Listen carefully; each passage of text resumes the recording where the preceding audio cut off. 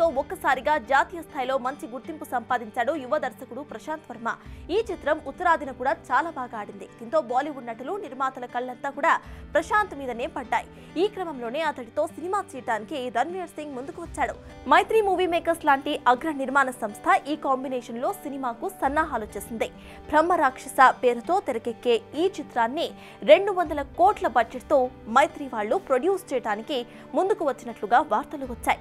అయితే ఇటీవల ఈ సినిమా కోసం ఒక రిహార్సల్ షూట్ లాంటిది కూడా చేశారని, దానికి భారీగా ఖర్చు అయిందని, అయితే అవుట్పుట్ తో పాటు ప్రశాంత్ పనితీరు నచ్చక రణ్వీర్ సింగ్ ఈ సినిమా నుంచి తప్పుకున్నాడని, దీంతో మైత్రి సంస్థకు భారీ నష్టం వాటిల్లిందని జోరుగా సోషల్ మీడియాలో వార్తలు వచ్చాయి.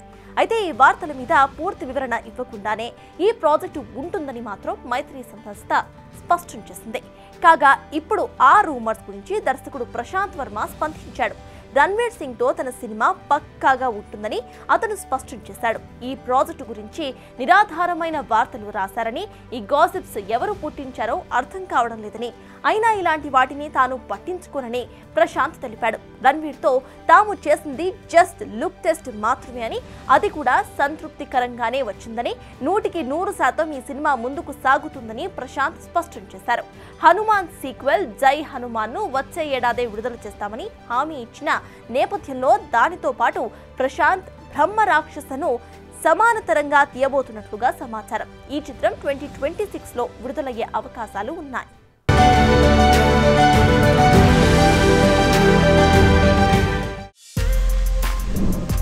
For more videos like this, subscribe Big TV channel.